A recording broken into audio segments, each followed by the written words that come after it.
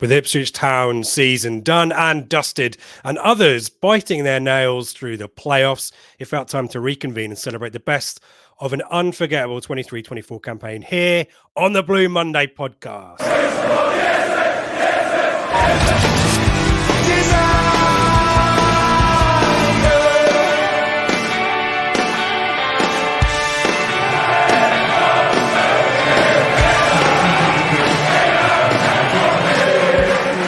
Hello and welcome to the Blue Monday podcast, discussing the town up or down since 2015.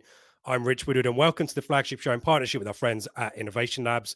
Joining me to give their irreverent take on an unforgettable season just gone, Joe Fairs, Seb Brown. Gentlemen, how are we doing? It's a week on. Watching the playoffs today, Seb, I'll start with you. Norwich stinking the playoffs up, weren't they, a little bit? Rubbish, wasn't it? Two really rubbish games. I did all my chores yesterday. I cut the grass, did the power washing of the patio, got everything out of the way because I've been saying all week how the playoffs for me is like brilliant football and I was really looking forward to it. And then I settled down and about halfway through, my partner said, "This is a rubbish game." And I said, "Yeah, it is. Yeah, but don't worry, the second one will probably be a bit better." And although there were a few more chances in that one, it was equally as bad. So yeah, hopefully the second legs at their respective home grounds under the lights will be more exciting because that was dross, wasn't it? Real dross. Joe, the West Brom game wasn't as stinky, but are you a little bit worried that Norwich under Wagner are going to S-house their way through to the final win on penalties like he did at Huddersfield? Well, at Huddersfield, they didn't even score a goal, did they, in the playoff?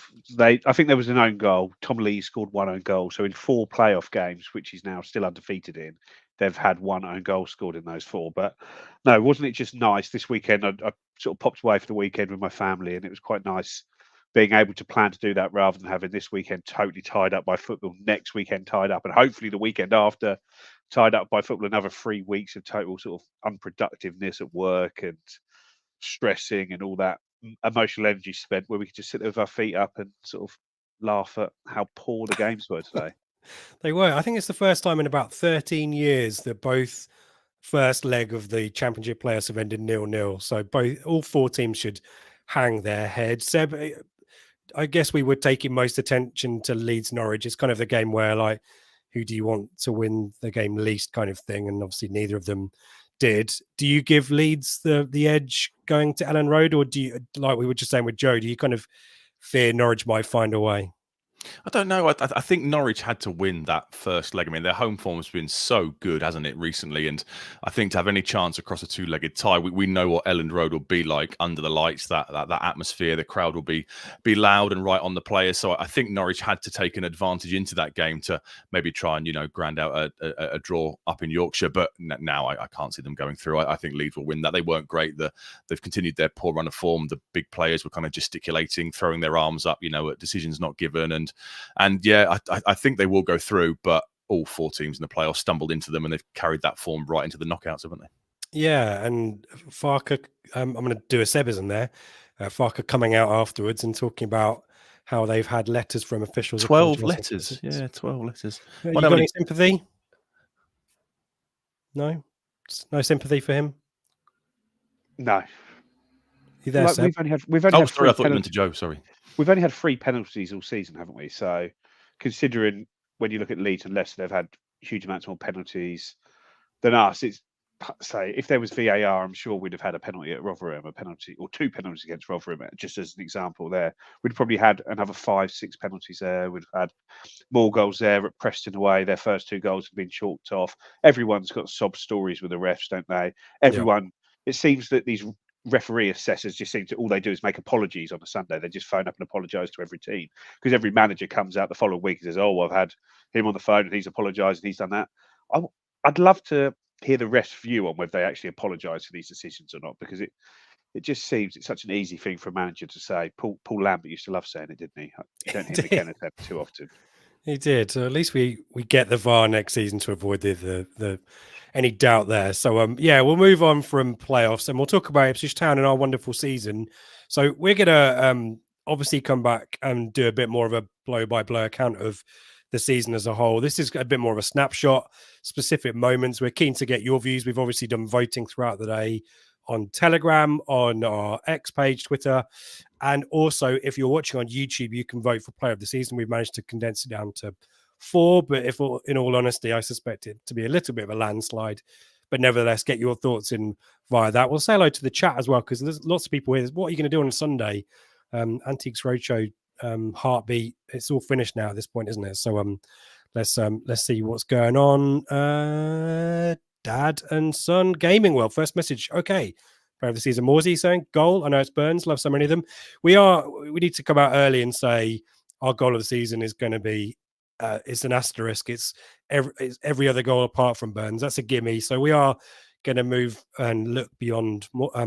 Where's Burns' Trevella, as amazing as it is, and shine some limelight on other people. Although I suspect it might not be the limelight that we think, because it will be. It's a game that's going to come up repeatedly. Put it that way. Spoiler alert. Comedy moment. Here's Paul. Chaplin sprint and hurdle over a praying Morsey after the winner against Southampton. Spun gold. He says Colin is with us as well. Thank you for everything throughout the season. Thank you for joining us, Colin, and roll on Premier League here.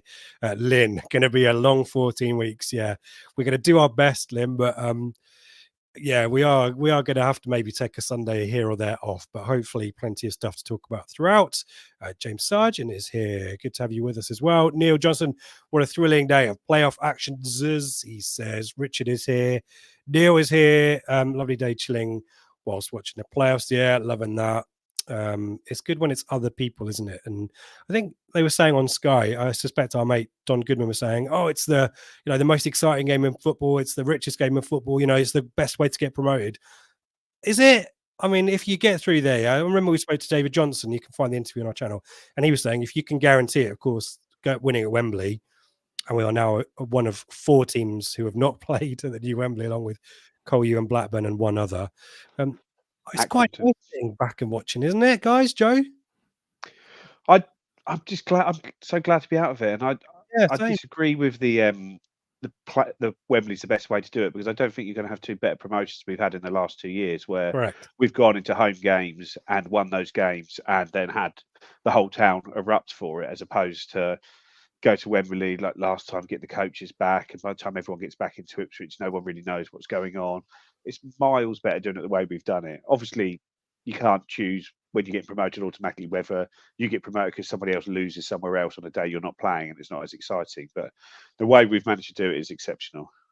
Yeah, I agree. And even the fact it was a second place doesn't really feel like we've missed out to Leicester or Plymouth, respectively, either. So, Colin mentioning Joe looks so tan. There you go. Lovely.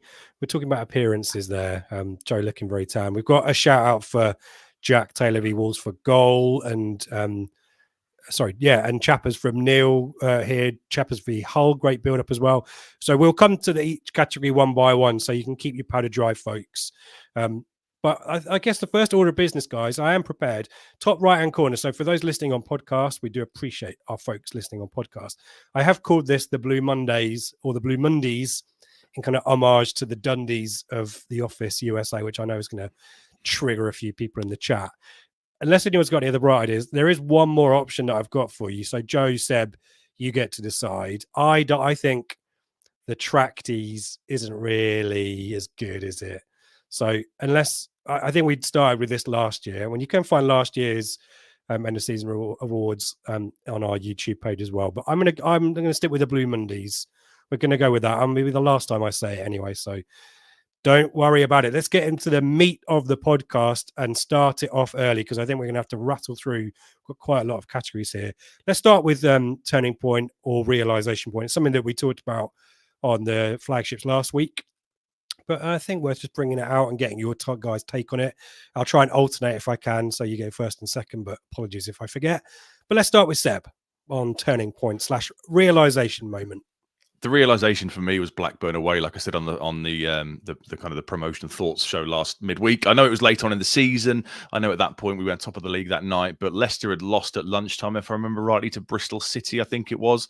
We didn't play well on the night. And, so many times throughout the season, things seemed to conspire to go in our favour. We were saying from pretty much Christmas time onwards, are we the Plymouth this year? We bemoaned last year all Plymouth's late goals, the amount of times we'd win and we'd look at the scores and they score late, and it was just happening to us. And I think that night we went back top. I think Leeds dropped points. They drew, I think, was it 2-2 against Watford in the 8:30 game? So that went in our favour as well. We were top of the league, and then obviously 3 days later at Southampton. So that was my realisation when I thought, yes, we're going to do this, because all throughout the season, no matter how well things are going, you kind of do expect, Leicester were looking imperious at certain points. You kind of always thought they'd win that game in hand. So although they were third, they were potentially in a false position. And I was trying to kind of count that into my calculations looking at the league table. But yeah, that night we weren't great. We got out of jail a little bit, although watching back, it wasn't as bad as I thought it was in the stadium at the time. And that's when I kind of drove home from that game thinking, yeah, we're really genuinely going to do this. Yeah, and I guess there's context for this category. I think we knew pretty early on that we were going to have a pretty special season, but I think it's the point at which we think promotion or automatic promotion particularly is likely, put it that way. Joe, what's your take? Well, sort of like realisation points. There was a few during the season, wasn't there? Firstly, obviously, when we won the Interwetton Cup, that was a big moment in pre-season. But you knew it back then. Yeah, we went to Sunderland, and that was a tough first game of the season. We won that, and then I think even when you look at the sort of Leeds game at the start of the season when we lost 4-3, I think everyone walked out of that game, and I've sort of never felt such a positive atmosphere after a defeat against a team that effectively turned out to be your main rivals for promotion. Everyone sort of walked out there saying, we're right at this level now. We're going to be fine at this level now, and we're going to compete. But I don't think people appreciated that we're going to compete for the top of the league as opposed to the top six. And then I think Gary just mentioned in the chat there, but when Sam Morsey scored that winner at Watford, and that took us actually to the top of the league in December, admittedly things fell away a little bit from there. But I think at that point when we beat them there, it's like we're not going anywhere in this title race, and we were in the title race at that point. It's not we're pushing, we're trying to get somewhere. It's like, no, we're right in the thick of this, and we're going to stay in the thick of it, and we did all season. Yeah, agreed. A few guys, AD and Mark going for that QPR victory over Leeds, I guess, which none of us really, apart from Jack in the pre-match prediction, saw coming, Seb. In terms of opening the door wide open for us to walk through, that was a particularly big turning point, wasn't it? Massively, because had we had to win all three, that's a big ask starting, away at Hull, who are closing in on the playoffs. Coventry coming off the back of their cup semi-final, they were kind of still involved up until a couple of weeks before our game. It would have been tough to have to go and win all three with 2 away games. So that as soon as that 4-0 happened, which, let's be honest, none of us saw coming, I thought best case scenario maybe a point. I think Joe did say earlier in the Telegram during that day, he said, there's a lot of pressure on Leeds tonight, and yeah, look what happened. And yeah, that's when we kind of realised, right, we've got a bit of breathing space, got a bit of headroom. Doesn't really matter if we drop points in one of these games, because now we had 1 foot in the Premier League at full time of that result. I think that being a defeat, even if it's a draw, that would have made a big difference. If Leeds got a point there, that would have made our running a lot harder there. It would have meant we couldn't have gone and drawn at Hull and drawn at Coventry. We'd have had to have won one of those 2 games, which we obviously subsequently did, but it would have put a lot more pressure, because if we'd have drawn at Hull, we'd have then needed to beat Coventry on that Tuesday night, as opposed to knowing a point was good enough, which maybe would have freed us up to not do so much. Maybe so, but we still got the job done nevertheless, and big thanks to QPR, this season's Forest Green Rovers, as we mentioned. A few other moments, turning point. James mentions Chaplin against Sunderland, turning that kind of drawing streak into a positive at the end of it, at least. Streak going for Millwall away, potentially a tough one. I think we played them at the right time, didn't we? Steve, Lackey's amazing save at Blackburn, more on that later on. Saints as well. Stubbsy says, yeah, Coventry Cup run helped us. A few people are saying that as well. But yeah, Toffee Chris Morsey at Watford, great day just before Christmas. Norwich on the horizon, 10 clear of third, felt incredible walking out of Vicarage Road. And there's been so many moments like that as well. Some really great stuff in the comments, guys. I'm really worried that we're going to spoil stuff that the guys are prepared for later on. So if I don't put your comment up, it's probably with a little bit of a nod to what we're going to talk about later in mind. So don't be offended if I do that. Let's move it on. Forgotten moment. So this is maybe a critical point in the season, a situation where significance may have gone, forgotten about. Joe, do you want to give us your take on that one? Yeah, I'm sure it's a moment that will never be forgotten by the fans of Maidstone. But I think actually losing that game at Portman Road, and And I think it's one of those ones where I'm not saying it was a good defeat, because it was probably one of the most embarrassing defeats in the club's history, really. But it was a good defeat in that we played 40 shots, we hit the woodwork 7 times. They scored their only 2 shots on goal. It was literally the ultimate smash and grab win. That if that game was played out 1,000 times, 999 times, you don't lose that. But I think the forgotten moment is that we didn't draw that game. We didn't come back and get a point. So we didn't come back and draw that and then have an extra replay on a 3G pitch. On a 3G pitch, another midweek game at a time when we were struggling at the time. It meant that we didn't have Maidstone. Then subsequently went and played Coventry in the next round, which then meant that sort of kept Coventry's run going, which led to them having that semi-final and us being the 4th game in 15 days, or 4th game in 9 days. They played 5th and 15, and when they were really deflating. I think just losing that game really, really helped us in the season. And I know, like I say, it was an awful defeat, but it worked out very, very well for us in the end. And I think that was a real key moment, not having any extra games from there. Yeah, butterfly effect kind of moment, isn't it? When you think about the Coventry interaction there, which none of us could have foreseen when we were walking out of Portman Road a little bit sheepishly. Seb, your forgotten moment? I've gone for Caden Jackson's equaliser at home to Sunderland, because at that point we'd gone, was it 4 games without a win? Drew against Norwich. We haven't been losing. We got battered by Leeds before Christmas, drew against Norwich, drew against Leicester, QPR, Stoke. George Hurst is injured, so Caden Jackson is kind of ploughing a furrow up front on his own whilst we're trying to get deals for what turned out to be Kiefer Moore and Ali Al-Hamadi across the line. And we were 1-0 down at this point, so the bad run could easily have continued. Jack Clark scored a great goal up the North Stand end, and Jackson gets a lot of stick off Town fans, but he always gives absolutely everything, and he's really sharp the way the ball comes to him. It's kind of a ball played into to Chaplin's feet by Travis, kind of a little flick, and he's onto it very quickly, opens himself up and finds the bottom corner. It was relatively quickly after the Sunderland goal. If that goes into half-time at 1-0 down, it could have been a very different second half. And the chat's already mentioned, Chaplin gets the winner with his header, and that sets us kind of back up again a little bit. But just for me, that Jackson moment, that goal he got was great for him. We were struggling for striking options, and it turned out to be pretty crucial, I thought. And a good shout for Caden Jackson as well. He did an excellent interview with Suffolk, which is on their Twitter page today. A couple of other mentions. Martin talks about Freddie Ladapo's 2 goals against Cardiff. Great to see him part of the post-match scenes last week. Marcus Harness's 2 goals against Birmingham. And well, there you go, Tim. And that's where my mind was going. I remember that day. We were there, so weren't we, in the miserable rain at Birmingham, and didn't feel like we were giving a good account of ourselves. Rooney had managed to figure out a way to press this, but Harness comes on and makes all the difference. And scenes, we've got another category about limbs later on, but there were big limbs in the St Andrews away end. You never know the importance of these points until the end of the season, and that was a big one. So yeah, a big shout out there. AD, thankfully the Maidstone game seems a distant memory now. It doesn't matter at all, does it? And good old Maidstone, who will be dining out on that for decades to come, I'm sure. Matt mentioned for Amari Hutchinson's late equaliser v West Brom, definitely deserves something out of that as well. Steve, surviving 13 minutes of added time at Sunderland. Yeah, that was an interesting opening start to the season, wasn't it? And Hladky saving that time as well, which may or may not come later as well. Talking about limbs, perfect segue.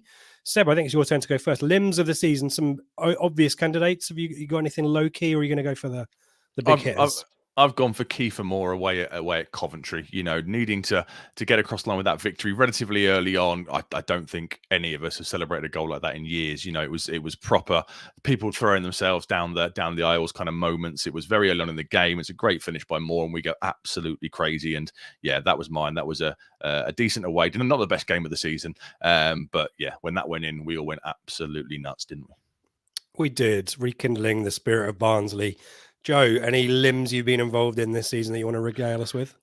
Yeah, obviously, I agree with Seb, that game there, and just the sheer relief at the end of that game as well. But the moment has to be Jeremy Sarmiento's goal against Southampton in the 96 minutes and 51 seconds of the allotted 7 minutes added on. Just the roof came off Portman Road that when that goal went in. I've never heard it so loud. It was incredible, an incredible game. It turned sort of an Easter weekend into the most incredible weekend, where we picked up 6 points and everyone dropped points elsewhere. And it was just probably the biggest moment of the season for me, the moment I'll never forget, and just the atmosphere it created. And walking out the ground, you could still hear the sort of Jeremy Sarmiento song just going on, and it was just the moment of the season for me. I agree. There's a lot of consensus for those two moments in the chat. Streaky celebration was immense. I'm still bruised. I think I've got a bruise on my leg as well. Yeah, and hugged my mate Lockie. There's more than I've ever hugged him ever in possibly our whole lives together. Sarmiento v Saints, but more contrarian. I'll go Davis Bristol City. Says Toffee Christmas, a shout. Gary recalling Amari's second at Hull as well. Veronica Coventry with sheer class. Limbs and noise. Sarmiento says good. AD agreeing with Seb on Coventry. A lot of love for Amari's goals at Hull. They were great scenes, to be fair. Very finished problems. Got to be Southampton 97th minute. So happy to share that magic moment with his son. That's what it's all about. Brilliant stuff. A lot of late wins. Jem mentioning Rotherham and Southampton. But I think those two probably are going to take some beating.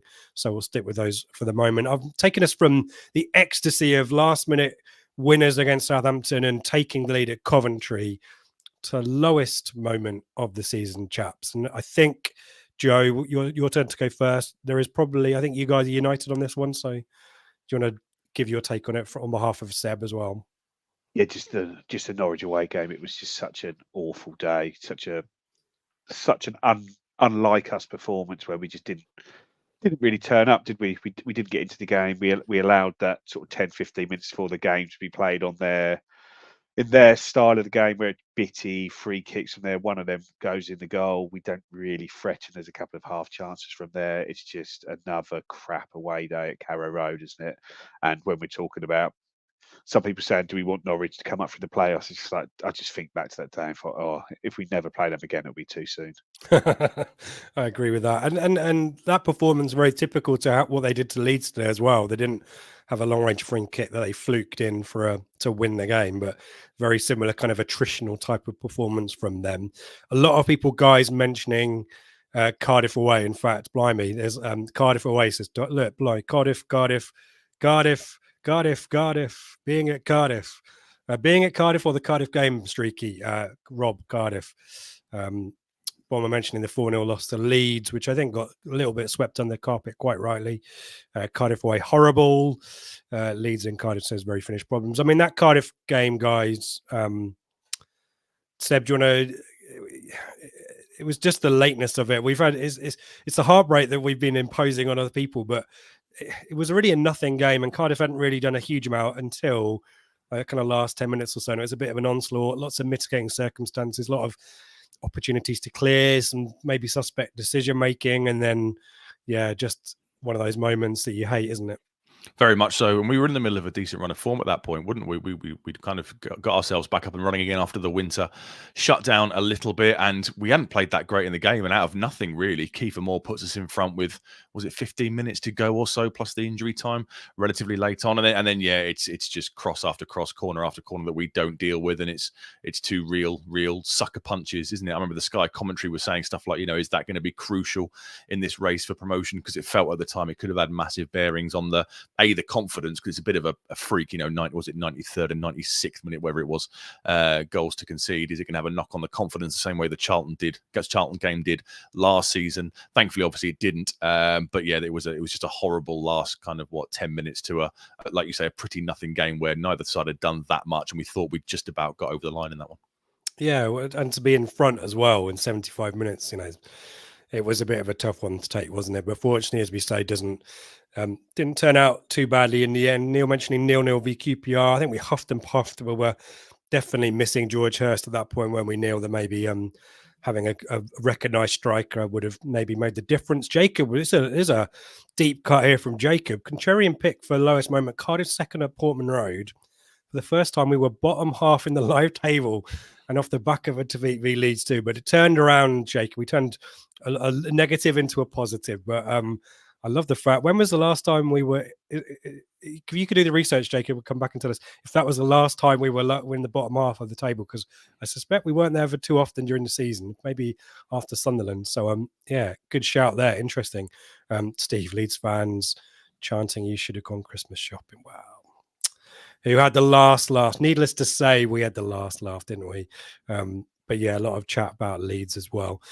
moving on, guys. Next one before we have a bit of a break. Save of the season. A bit of love needed, I think, for Václav Hladký. I guess, Seb, off the start of it, a lot of us maybe papping it a bit with the prospect of Christian Walton missing the start of the season. Again, little did we know it would be a really meaningful moment in the season in a kind of a positive way for Hladký. What's your save of the season? I've gone for his first appearance at this level. I've gone for the 14th minute of injury time at the Stadium of Light back on the opening weekend of the season, where he tips that shot from, was it Dan Neil, I think, tips that shot onto the post. It's pretty much the last action of the game. We get ourselves a 2-1 victory on the opening day. We've proven we can go to a side that finished in the playoffs last year and kind of compete and come away with 3 points. And that could have been so different for him. You know, at that point, we all kind of assumed he'd be a stopgap for a couple of months until Walton got back into the team. Would he have had the season he had that one sort of maybe squirming underneath him or just gone in? We'd have let a 2-goal lead slip. Would we have had that momentum going into Stoke and QPR and all those victories that kind of follow? So I think it was a big moment for him personally. You know, it's weird to think now we were looking back in a bit of trepidation at the time when he's playing out from the back, because we hadn't really seen him do it, had we? He did it a couple of times at Burnley in the FA Cup last season, but it wasn't something we were used to. So potentially, if that does go in, then yeah, you know, we've got a 2-goal lead slip. We're a bit demoralised. He may be thinking, oh, you know, I've messed up a little bit here, and he might not have had the season he had. Walton might have come back in, and that might have completely changed the way we play. Because Walton, although being a top class goalkeeper, we know he's not as good with the ball at his feet as Hladký is. So yeah, I just think that was a potential sliding doors moment, keeping that effort out. Yeah, another ripple effect through lots of different parts of the season. Wes Burns' goal may not happen against Coventry. Joe, save of the season for you. Well, there's so many to choose from, isn't there? And there's a big one in the recent game at Coventry where he sort of flies across and manages to tip that one over. But for me, and I know it's cheating a bit, but it's that double save against Middlesbrough. I know they were not in the same move, but the first one for me, I thought was just the most incredible save, because obviously you get a different angle whether you're watching this on TV where you're sitting in the ground. But for me, I was right in line with the shot, and sorry, it was like past him. And he just somehow claws it and just gets enough on it to push it the other side of the post. And whilst the next save from Matt Clark was an incredible save as well, for me, that's not the save you expect your keeper to make, but the save that you see keepers making every now and again, and they're great saves. But that first one from Isaiah Jones was just, like I say, that was past him, and that point was massive come the end of the season. And a few days earlier, he got back and managed to claw that one out from the halfway line against Watford. He did that away at QPR as well. He made those saves. He give the ball to Sammy Smodek 6 yards out, managed to get back and take the ball off his toes straight away. And it's just been a fantastic season for Vas. And like I say, I remember when Walter was injured, and I thought, well, you're going to go with Hladký. He's earned the shot. He did well enough last year, but there was a lot of talk, people saying, oh, we need to go and get a lone keeper. We need somebody. We can't go to the season with Vas in goal. And he started that Sunderland game really shakily in that first 15, 20 minutes, came up with a save there, which, like I say, that when you're talking about turning points in the season, maybe that's one of the turning points there as well. But it was just, I'd say, just that Middlesbrough double save for me.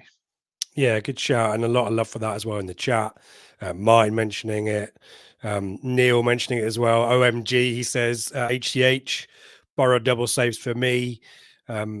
Neil mentioning Blackburn away. You mentioned that, Joe, the getting himself out of jail a little bit, but still going to make that save, isn't he?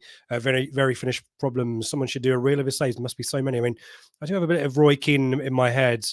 It's his job, but it's what he's there to do, and we give enough credit for people putting the ball in the net as well. We should give the credit for people keeping them out as well. HCH rightly mentioning the Coventry stop, which seemed to defy physics and gravity and all sorts. It was a bizarre moment, but instinctive stuff there as well. Chris mentioned Borough as well. That's come up quite a bit. Blackburn as well. A lot of love.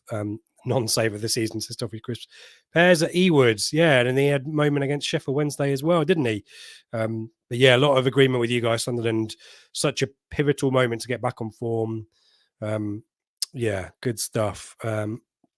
Paul made wonderful saves against Bristol City and Southampton when we were a goal down in both games. The Watford game's a great shout as well. Nearly lost that game late on as well. More late disappointment, but did that so well, didn't he? So a lot of love for Hladký in the chat, and well earned as well. We're gonna have a little bit of a break and we'll be back after a message from our friends. I haven't got it. That's a shame. I'm going to have to do the next one and we'll queue it up afterwards. I was feeling so smug there. But let's talk about best game. This might take us a while. There's 46 to choose from. Only 6 defeats, guys. Whose turn is it to go first? I think it's Joe's, isn't it? So, Joe, best game while I... I think Southampton is the best game of the season. Just the way it was, what we had to overcome to get into that. So I guess I have to go with that. But really, you look at Portman Road, you've had the sort of comeback win, 2-0 down to 3-2 up against Cardiff. You have the Blackburn game 3-1 back to 3-3 to win that one 4-3. The Bristol City game where we have that very, very sort of late comeback to win that one 3-2 with Leith Davis on fire. The Southampton game, the Rotherham game where we can see the penalty 94th minute and still managed to find a way to win the game. So that's sort of 5 games where we've had sort of incredible comebacks to get the win. But for me, I know I've sort of probably used this one already with the limbs on the Sarmiento, but that is the game for me. Southampton at home, probably the best game I've seen at Portman Road in I don't know how long.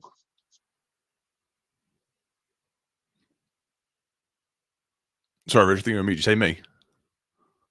Go for it, Seb. Sorry, I'm uploading videos and trying to be too. I agree with Joe. It is Southampton. I wasn't there. I was watching on telly, but it is Southampton. But I'm gonna go for my choice. The Hull 3-0 back in kind of November, October time. I think it was scored very early on through Wes Burns. Then we got that amazing Connor Chaplin goal, which starts with Hladky kind of selling the Hull strike as a dummy, flipping it out to the left. Burgess is involved. Harness, Luongo, Davis. Chaplin picks his spot and curls it home. And that was, I think, our best performance. You know, we'd kind of been playing well up until that point, but that was the first time that we hadn't had any real jeopardy. There was no 2-0 down, clawing it back. There was no 3-1 clawing it back. That was a real statement performance. And also the game against Hull right at the end of the season was an incredible game of football. I know we didn't win it, obviously, the 3-3 draw, but the 2 goals from Hutchinson were absolutely top draw. And that was a real kind of, both sides absolutely going hell for leather. There were so many chances in that game.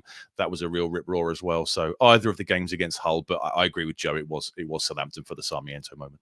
Yeah, a few people mentioning Hull. I mean, that 3-3, just a good game of football. 2 teams going for it, wasn't it? I watched back the other day the 6-0 win over Sheffield Wednesday, obviously our biggest win of the season.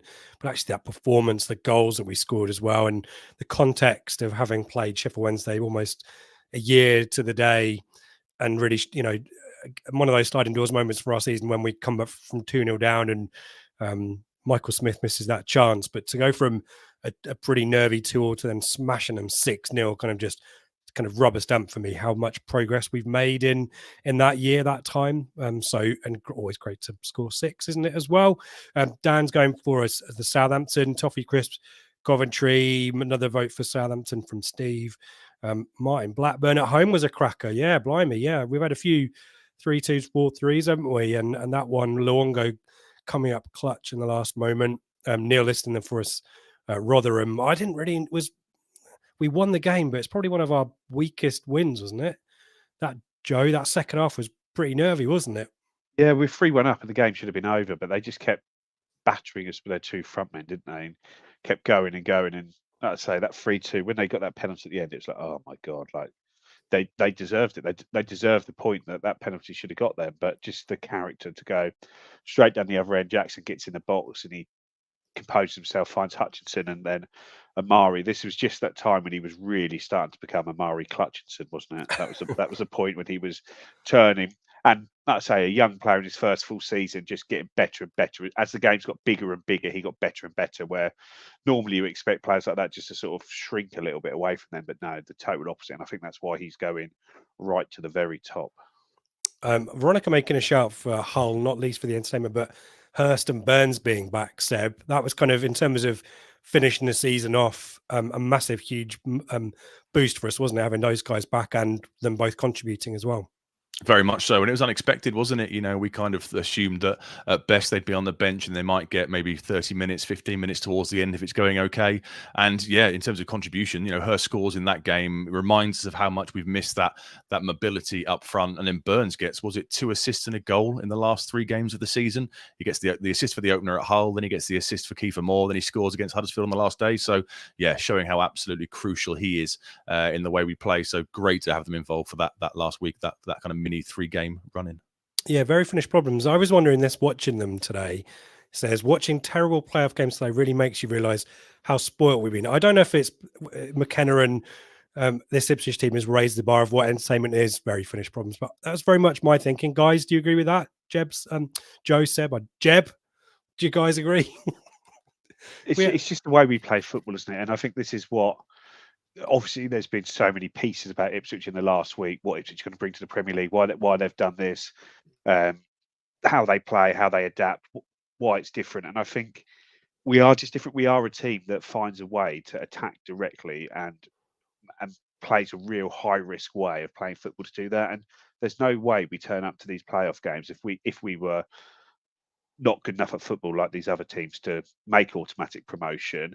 There's no way we turn up there in the and play like they do, try and sit there and try and get 0-0. We turn up and we try and win those games, and it would have made for a better spectacle. But fortunately, we're better than those 4 teams. Nice.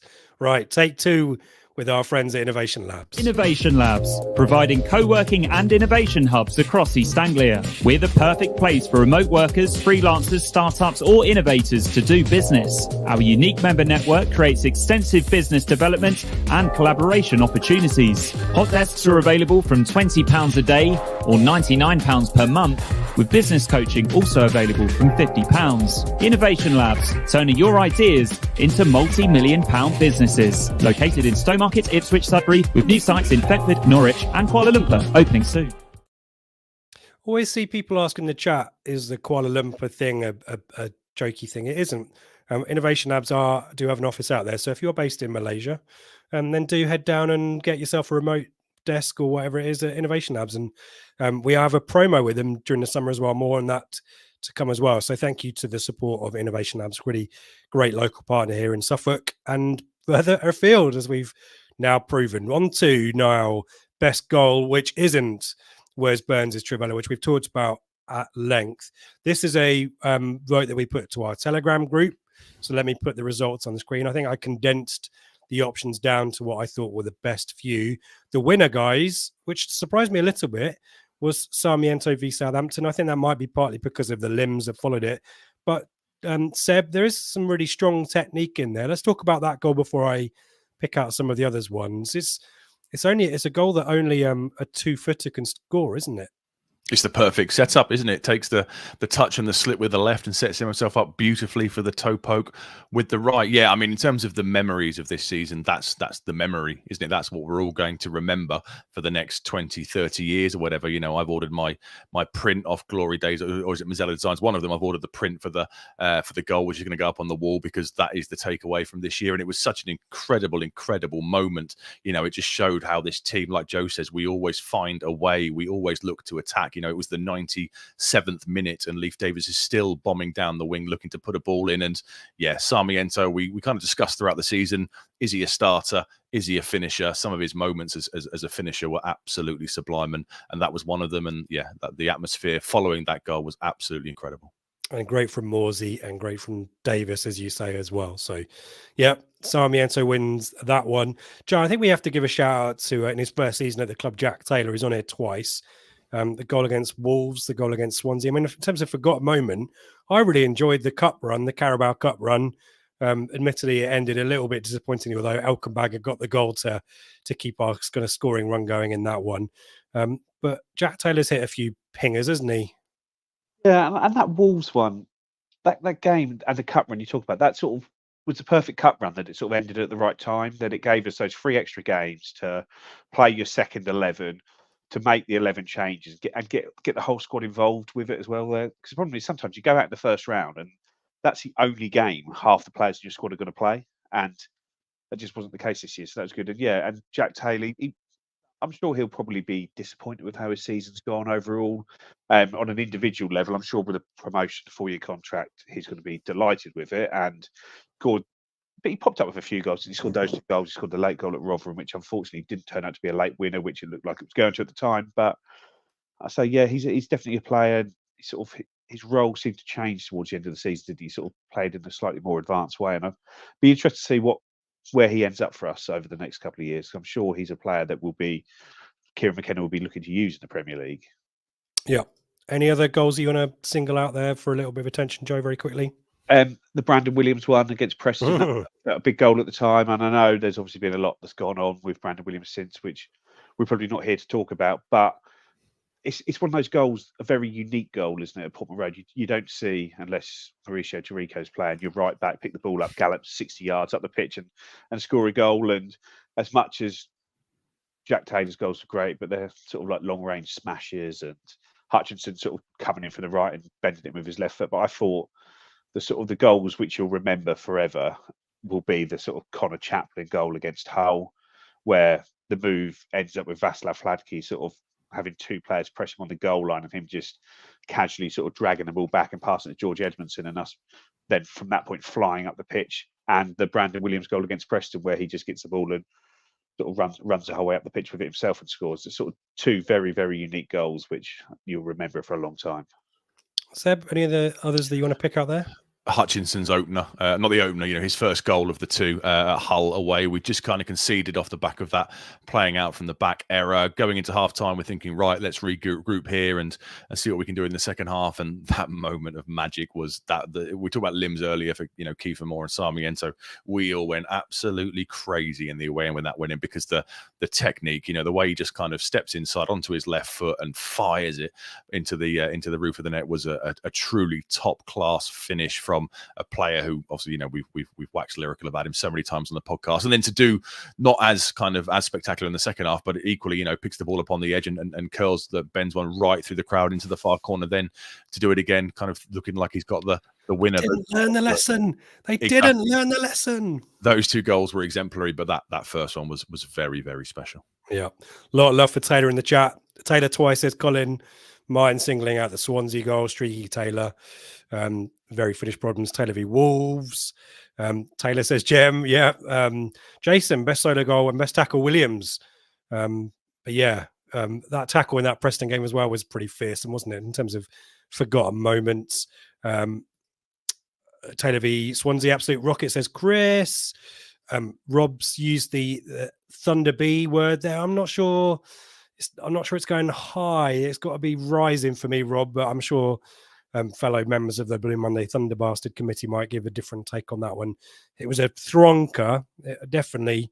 Not sure quite a Thunder Bastard, but I think the Wolves one was more of a Thunder Bastard. But you can just go through any player in the squad, and each one has scored a brilliant goal. You look, I mentioned there, like Harry Clark's goal against Blackburn from right back, Leif Davis's goal against Southampton, or his late winner, Morsey, the goal against Rotherham, sort of curled into the top corner.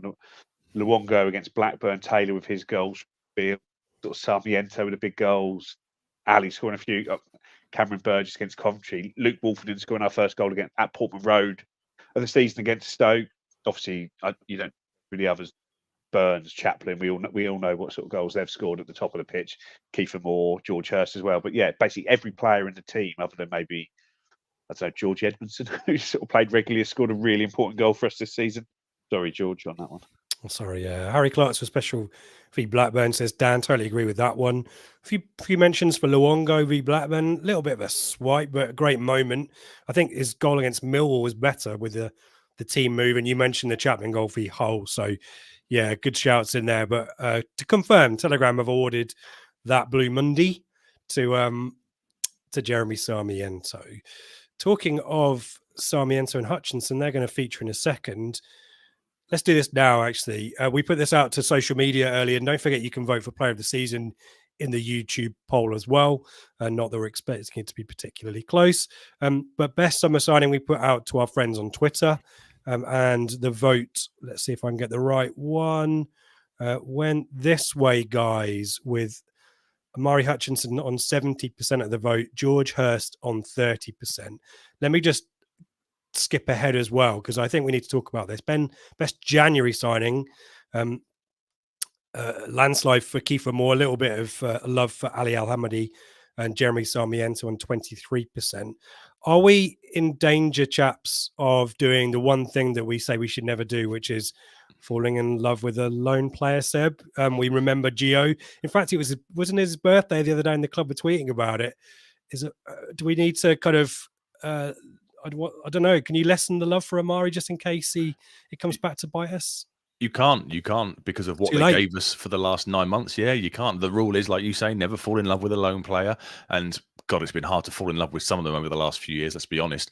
But both of them have provided such magical moments. And the development of Hutchinson is what is absolutely amazing to see. You know, this player that arrived in the summer and was very raw, the slightest touch, sometimes he would go down and kind of, you know, throw his arms up a little bit. And to see what McKenna's done with him over the last 9 months is absolutely incredible. And it's a great advert to other, you know, Premier League clubs now who will be looking to send out players on loan to us. They will see the development that he's made under McKenna for the previous season, and they will look to replicate that with their own players. The Sarmiento moment obviously is Southampton, but also just the way he, you know, we've mentioned in the past about how loan players don't really seem to care about playing for us. You know, all those times we had players who would come in on loan, do virtually nothing and disappear off. You've got Sarmiento coming on at Hull away, at Coventry away, and putting in, you know, sliding tackles in the middle of midfield to win the ball. Then suddenly he's galloping up the pitch, and yeah, these guys clearly absolutely loved being here. And yes, never fall in love with a lone player, but with those two, it's absolutely impossible not to, because of the moments they gave us this year. Joe, I'll come to you in a second on the January signings specifically, but just Seb, to finish off on summer signings, I don't think I've ever seen Ipswich Town social media get as frenzied as when the rumours started about George Hurst possibly signing on a permanent, and people were out papping him.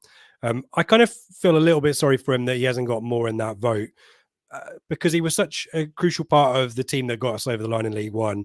And actually, we massively missed him in December. We'll kind of talk about how Kiefer Moore's contribution comes in because of that situation. But George Hurst, really big signing for us in the summer, wasn't it? And a lot of love and attention for it, so much so that the club had to say, leave him alone, guys, back off.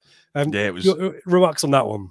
It was weird, wasn't it? People chasing him through kind of country lanes in his, was it a white 4x4 Mercedes? Medicals and stuff. It was a really surreal time, but what a great signing. You know, back into last season, have him on loan, contributes massively. Barnsley away is obviously the moment, and I think we were all hoping deep down he was going to rejoin us in the summer. He's given interviews where he said he went back to Leicester and spoke to Maresca and said, look, I really want to go back to Ipswich. Clearly he could see what was developing here, and Kiefer Moore did brilliantly when he came in, but I think Hull away just kind of showed, you know, when Hurst is back in the side, that mobility he gives us up front, that leading of the press, leading from the front, we really missed that for those 3.5, 4 months that he was out for. And yeah, he's an exceptional kind of player who again, a bit like Hutchinson, kind of worked on his own game and got better and better. Let's not forget, he hadn't scored a championship goal. I know he didn't have that many chances at Blackburn, and was it Rotherham? He had a couple of loan spells, but he hadn't scored a goal up until the opening weekend against Sunderland.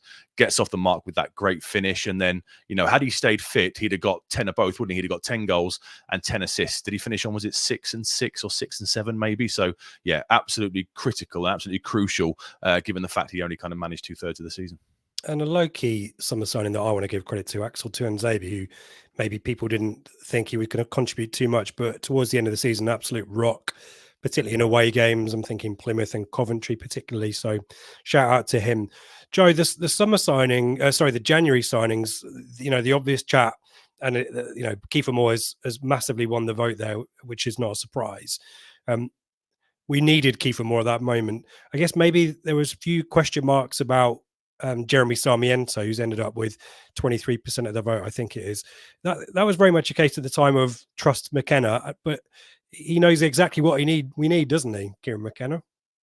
Yeah, and I guess when you look at it, sort of Jeremy Sarmiento became the replacement for Marcus Harness towards the end of the season, didn't he? Marcus Harness was the one that fell out the squad, and Sarmiento was the one that stayed in there. But when you look at the contributions Jeremy Sarmiento made, just looking in the league, he had 3 goals, which were the late equaliser against Leicester, the late goal against Birmingham at home, which put us 2-1 up with 5 minutes to go. The so late it's almost too late goal against Southampton to win the game at the end there, and the late assist where he gets up to win the header against Bristol City for Leif Davis to score the goal right at the end there. So he's come in and had 4 massive moments for us in half a season, and it was difficult because he came in and then he's sort of away on international duty, so he wasn't getting the training break similar to what Dane Scarlett had at the start of the season, for example. But when we had that 2-week break between the Middlesbrough game and the Hull game, across those last 3 games, I thought his cameos and was superb. He seemed to have totally got what we wanted him to do. worked his absolute nuts off, was just coming on and causing chaos.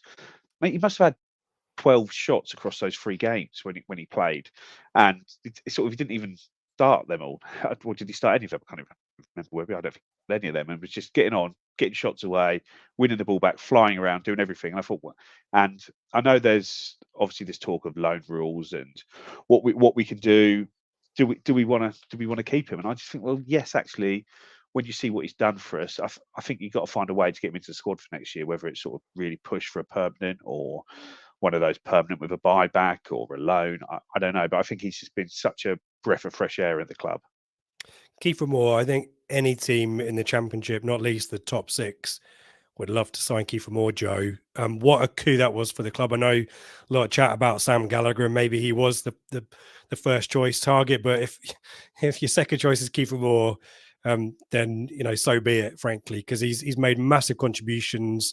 Huge physical presence, obviously, as well. Defensively helps us out, but what a kind of more of a statement, as well as the goal contributions that Kiefer Moore, that signing, made in January for us. Well, I remember sitting here with Craig at the sort of end of the window. We're looking at the business we'd done in January, and when you looked at the other strikers that had gone to other clubs in the league, it was obviously such a difficult market. It was only really him and I think Dennis that went to Watford that you looked at and thought that, yeah, they're good signings. It was him and Ali, and I thought we had a brilliant window because we probably picked up the player that everyone in English football was looking at, and Ali Al-Hamadi, and he's shown a lot in his sort of cameos he's had. He's not had a huge amount of game time, but what, he grabbed 4 goals, missed a penalty unfortunately for him, but also came on against Southampton in the game we've spoken about a lot tonight when Kiefer Moore got injured, and really put in a hell of a performance in the second half of that game to really help us go and get up the pitch, hit the post, and Kiefer Moore wasn't the right profile of striker that we wanted with regards to what they can do. Maybe Sam Gallagher was more that profile, but what you get with Kiefer Moore is just quality, a real level of ability and quality that we didn't have in the squad. That real, but basically top end Championship, bottom end Premier League player, using all his experience from the international games that he's had, and what popped up with 7 goals in half a season. Well, there's not really much more you can ask for than that, really, from him. And between him and George Hurst as a starting 9, you've got sort of probably 15 goals, 8 or 9 assists, and they've both been so vital to what we've done. Yeah, very quickly, do you try and bring Moore back, or has that ship maybe sailed? I think it's maybe sailed. I think that when we see what George Hurst brings to the team, and it's that guy who can hold the ball up, can come in short, but also can get across the whole of the pitch from side to side, can be there to get in behind the defenders when they want to turn. He's always trying to make them run in behind, which is Kiefer Moore's game. And I think that, as Seb mentioned earlier, that whole game, it really showed what we want in a striker, and it's maybe not quite Kiefer Moore. He's not the type of striker we want, but yeah, it's been a fantastic loan spell. I'm sure he's been well remunerated for it, with a nice promotion bonus for him and Bournemouth, and he fully deserves every part of it that he gets, because he's come in and got us out of a massive hole that we were in and done fantastically. But it's probably one where you sort of say thanks to him and move on. Yeah, no, I agree with that. Let's move on. Last 3 here. Most improved player, Seb Brown. Did I come to you last time? Let's go to you anyway. Most improved player, Seb. I'm going to go for Cameron Burgess. I was one of those that didn't think he could make the step up to this level. I think when you think he was signed as I don't think I'm being harsh to say he was signed as a head it and kick it defender in League One by Paul Cook. I think that's what he brought him in from. He was signed from Accrington, played on the left of a back 3 there. We know Accrington play football, so I think the kind of player we were getting was kind of expecting to be that hardman at that level who can kind of kick it, head it when you need to, and look to clear the lines. But the development in him has been absolutely phenomenal. The stuff McKenna's got him to do now, where he's picking the ball off flag keys, rolling it out. Me and Mikey discussed on one of the post-match reactions show, you get more out of Leif Davis when he's in the side. He still gets his head on absolutely everything, like a good defender should. But to see how he's completely stepped up to this level pretty much effortlessly, I think is a testament to him for the hard work he's put in, and how kind of receptive he is to listening and to learning, and for McKenna for the hard work he's put in. So yeah, Burgess, absolutely. To think back in League One, if you turned him on the halfway line, he was in trouble. He couldn't get back, could he? It was going to be a foul, or he wasn't going to catch the striker. His positioning game has moved on leaps and bounds, and yeah, he is now an absolutely crucial part to this side. seems to be part of this leadership community group that we have. I mean, tactically, Seb, as well, his accurate diagonals have opened up a new strategy for us as well, whether those are down the channel to Davis or back across to Burns. That's become a huge part of it, and it's massive credit to him that he's been able to add that dimension to our play to get us forward quickly, because it was very much slow, methodical build-up in League One, but in the Championship we have gone a little bit more quicker, haven't we? And Burgess is critical to that.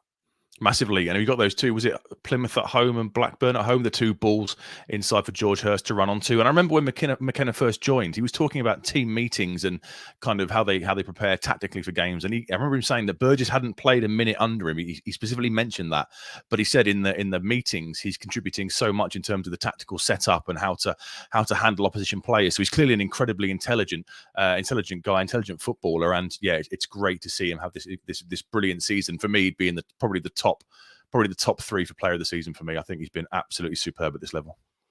Joe, who's your pick? I sort of have a special mention for Hladky again. I know we've had a couple, but he was a keeper that in league form we'd only seen in League One, struggling under Paul Cook, and was really poor. And I don't think anyone could step up. And I think he stepped up being fantastic. But there were two players I thought, and when I sort of looked back at the podcast, blogs and stuff that were written around this time last year, I think the two players thought that maybe not be able to step up were probably Cameron Burgess and, it's hard to remember, Wes Burns at the time. I think people thought that he's going to be one of the players that we need to replace in that role. And when you look at sort of Cameron Burgess' previous career, he sort of left Fulham. He had a few loan spells like Oldham and the like, gone on a permanent deal to Scunthorpe, ended up on loan at Salford, and then gone to Accrington. And then from there, Wes Burns, similarly, he'd been at Bristol City for a long time, had a lot of loan spells, sort of Fleetwood, and they'd sort of gradually dropped down and down divisions, gone to Fleetwood, played 150 games for Fleetwood. You just think, well, this is it. And he's come into our team, and like last year, he always felt the big game player,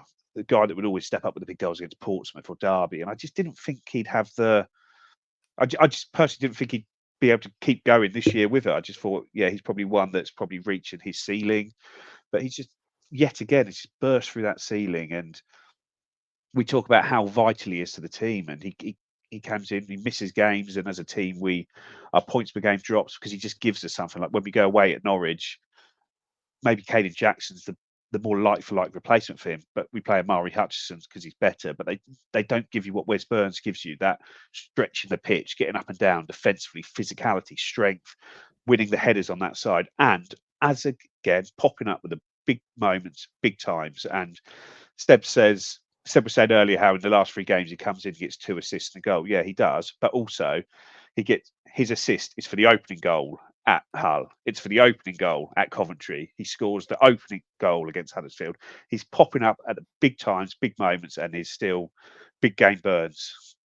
Big game Burns. And really, to your point, Joe, as well, you kind of miss these players when they're not in the team. And you're right, the points per game dropped away. It's a shame that we had those 2 spells without him. And you know, huge, massive credit to him, but also the rehab team. I think he gave them a shout out, or certainly George Hurst did, to get him back so quickly. Because, yeah, you wonder whether these games, these moments that we've just talked about, whether they happen or not with Burns in the team. A lot of love for Burgess, no surprises in the chat. Hladky there from Toffee Crisp as well. Neil also supporting him, but saying Burgess.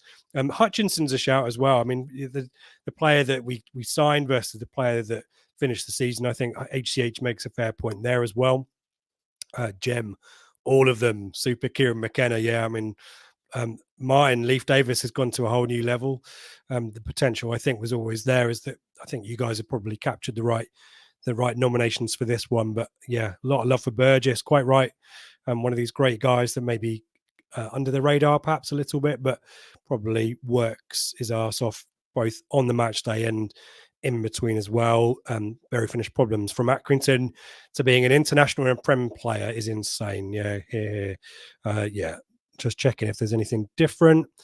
No, I think we've got, just finishing with this thought from Jack. All these players will go down like the heroes of 99-2000. Here.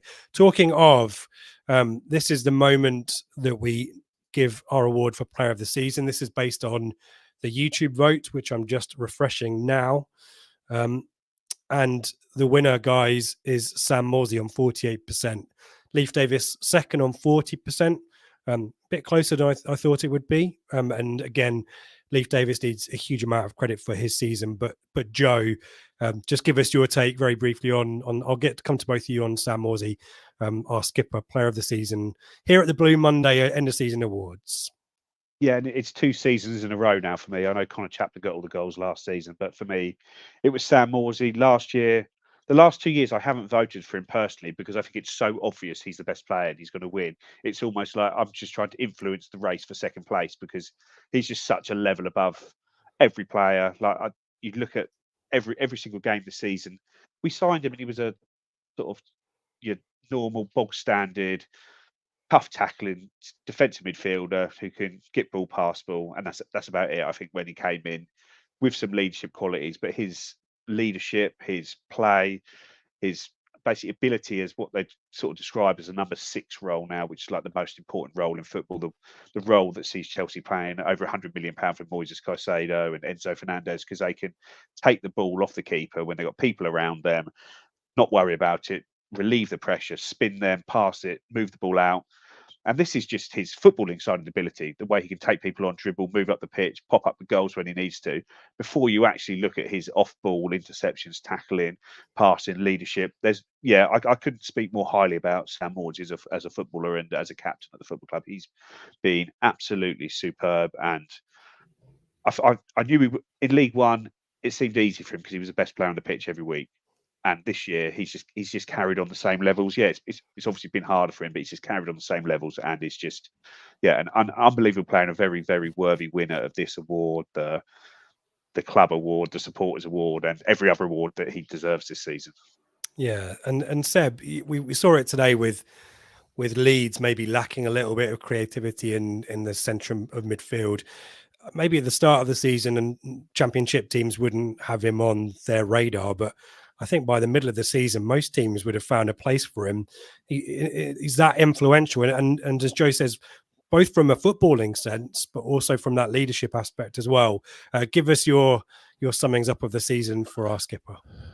Like Joe said, Joe's used all the superlatives there, and what a signing, what a captain, what a man. You know, you listen to the Ipswich Town podcast, him and Massimo Longo, they call it in the engine room, and you kind of hear the way he talks, and he's so methodical and he's so calm and rational, says all the right things. And yeah, on a bad day, he's a 7 out of 10. On a good day, he's a 9 or 10 out of 10. You know, his levels of consistency are absolutely off the charts. As Joe said, we signed him as a midfield disruptor to kind of win the ball back, probably give it to the slightly more creative players in the side, and kind of drive standards and look what McKenna's been able to turn him into. He's absolutely crucial to the way we play now, that ability to drop deep, pick the ball off flag key, quick glance over both shoulders, suddenly he can spin his man, turn, and he's driving into midfield and looking to get us up the pitch. The stuff we hear about he does off field, with the rest of the squad, and yeah, what a guy, a worthy winner, and contributed to some massive moments. The Leicester equaliser, the free kick floated in for Wolfenden, scoring the opener on the first game of the season at Portman Road. He had some big moments. That free kick routine away to Rotherham when he's pulled back to the edge of the box. So yeah, some big moments, but yeah, what a player, what a man, and an absolute worthy winner, like Joe says. I'm a bit disappointed the equaliser v Leicester isn't in the goal of the season voting, but that's my own fault for doing that. So congratulations to Sam Morsy. He put a load of comments up echoing that sentiment. A lot of love for him. He's this year's Matt Holland, I think someone was saying. Someone was even going further back than that. So and really recommend it if you haven't listened to it so far. The Ipswich Town podcast with Massimo Luongo and Sam Morsy. Really recommend listening to that. Really good insight into the man. We know about the footballer, the skipper. So yeah, definitely recommend listening to that. Mike, just very quickly, Seb, can Morsy step up next season? Suggest he has a lack of pace, a bit harsh, but it's not what his game is known for, to be honest. But a more athletic sidekick may be required, says Mike. I mean, it's going to be exciting to see him against VAR, isn't it? Yeah, he might need somebody alongside him maybe to put in the hard yards and do his running. But in terms of the way we play, he'll still be the one that drops deep, pick the ball up. And he's done that against pacey front lines. I know he's been caught out a couple of times at, was it Preston away? And obviously the one at Hull when they equalised after George Hurst's opener. So he's been caught out a couple of times. But, he's done it for 44 games without incident where he picks the ball up, the quick glance over each shoulder, turns, and suddenly he's driving us up the pitch. I expect to still see him doing that for the majority of next season as well. Might get a bit more time on the ball as well, knowing the Premier League. Thank you, everyone, for your comments on Sam Morsey. The final category is opposition player that you'd want to sign from this season. But very quickly before we do that, just a few things to mention. We will do the kind of more blow-by-blow, methodical review of the season, probably a two-parter. That will be coming probably next week and next weekend onwards. Mikey's done some stuff for me as well to edit into a video, so we'll look to put that out midweek as well. And as always, we're supported here by Innovation Labs. Do check them out. We have a NordVPN promo going on as well. If you want to browse more stuff online or be safer when you're doing internet shopping, all that kind of fun stuff, NordVPN promo, link in the description, a little bit of a kickback to us as well. So everybody wins. And finally, if you're looking for stuff to go on your wall, like Joe, like Seb, like I am, Glory Days Artwork, plenty of stuff going on there. Our mate Brad doing really great work. Head to Glory Days artwork.co.uk. So this was another one that we put to the vote online, and I've created a word cloud, guys. I love a bit of a word cloud, and this is the surname of opposition players that people would like to sign. The bigger the name, the more they were mentioned, and a lot of love for Coventry's Ben Sheaf there. Somerville, Schmoditz, Clark, Downs coming up there, Greaves a few times, guys. Any Joe, do you want to pick out any names there or add one into the mix? Yeah, the one I'd go for out of that is Flynn Downs. Obviously, everyone knows I love the academy players at Ipswich Town, and it'd be nice to get one back. And Flynn Downs left here on 99 appearances, which is quite frustrating. But as we were talking about Sam Morsey there, I think he did get the better of him in the end. But I think for the first hour at Portman Road, I thought Flynn Downs was the first player that ran over Sam Morsey. I thought he ran over him quite badly at times in that first hour. Obviously, Morsey got on top of the game, set up the Leif Davis goal, put the ball across for what led to the Sarmiento goal, put the ball across, which led to the Leif Davis red card. So it wasn't one-way traffic, but I thought Flynn Downs really gave him a real tough time. He got him an early yellow, got into him, and Morsey struggled, and it just made me think, cool, if you get those two on the same team, those two characters, those two winners in there, I thought we'd have an excellent chance, and I would put him above Ben Sheaf there, and that's why I'm supporting anyone but Southampton and Norwich in the playoffs. Good stuff. Seb, I'll pop it back up on the screen. Any names there that you want to mention, or ones that are missing, perhaps? Well, yeah, I mean, the Ben Sheaf is the obvious one. Two names that aren't on there that I was thinking about were Ethan Ampadu, but I don't think we'd be able to afford him. You know, we've discussed a partner alongside Morsey. I'd probably agree with Joe. Flynn Downs would be the first choice. Ampadu, I think, would be too expensive for us. Another name that's not on there as well is Emmanuel Latte-Lath. I was really impressed with him at the Portman Road game. We discussed how important it is for the striker in our side to kind of be mobile and pressing and closing down. And I thought he was really, really good. Finished the season with 16, 17 odd goals. So he could be worth a shout as well. But I think I agree with Joe in reality. You know, if you can bring Flynn Downs home and get him inside that midfield alongside Morsey, you're going to need another third man, because let's be honest, the two of them is going to be a yellow card magnet for most of next season. But if you can get his minutes his athleticism and his running and work rate alongside Morsey, then you've got a really combative, tenacious central midfield, which could help us go a long way. Yeah, let's see what the chat has to say as well. HCH, I'd love Dewsbury. I think probably that's unlikely unless Leicester needs to sell. Sheaf from Coventry says Rob, as does Martin. Get him in. Colin going for Sheaf as well. Neil, is Mikey Johnston at West Brom is a shout. Definitely did a little bit of mischief against us, didn't he? Neil going for Sheaf. Blagger, is it? Or Blogger? Blagger 101. Ethan Ampadu or Walker Peters, he says as well. Philip, I would love Schmoditz and Clark, but for the love of me, I can't see Schmoditz signing for Ipswich because he doesn't like us. I think my brother-in-law, whose birthday is tomorrow, by the way, happy birthday, Tom, would agree with you on there as a Cole U fan. Talk about O'Hare, that he's joining Leicester, so maybe that ship has sailed, but not heard him linked with anyone just yet. Somerville and Downs for very finished problems. Neil, Eston, Kettier and Smith Rowe. It is silly season after all. Joe is an interesting shout. Tyrone Mings on loan would be a great player to come back as well. Think about try that one in the think walk, folks. Toffee Crisp Somerville going to cost a fortune. It's a bit hypothetical. It's a bit of fun, Toffee Crisp. Don't worry about it. We'll find the money somehow. Trevor, Schmoditz, Sarah, and Johnson. I will find the person's IP address who put Josh Sargent, by the way, on the word cloud. That will not go unpunished. Don't worry about that. More mentions from Mings. People liking that idea. Harwood, Bellis, Carvalho at Hull on loan from Liverpool, obviously. So yeah, Palmer. Oh. Let me just zoom out. Palmer, if Hladky leaves, that would be a shout as well. West Brom keeper I thought was very good today as well. So looking ahead to the future there and indulging the transfer chat that something I bloody hate. So thank you everyone who's got involved in the chat. Really great to see so many of you tonight. We've got more stuff coming your way this summer as well. We won't leave you in the lurch, but it might be a little bit less frequent. Seb, Joe, thank you for your thoughts as well. Very much appreciate those. And congratulations to our winners. The headline being skipper Sam Morsey is our Blue Mondies 23-24 player of the season. Well deserved too. Congratulations to him. Easy for me to say. And we'll be back to look at the season in more detail in the next few weeks. Have a great week and we'll see you all soon.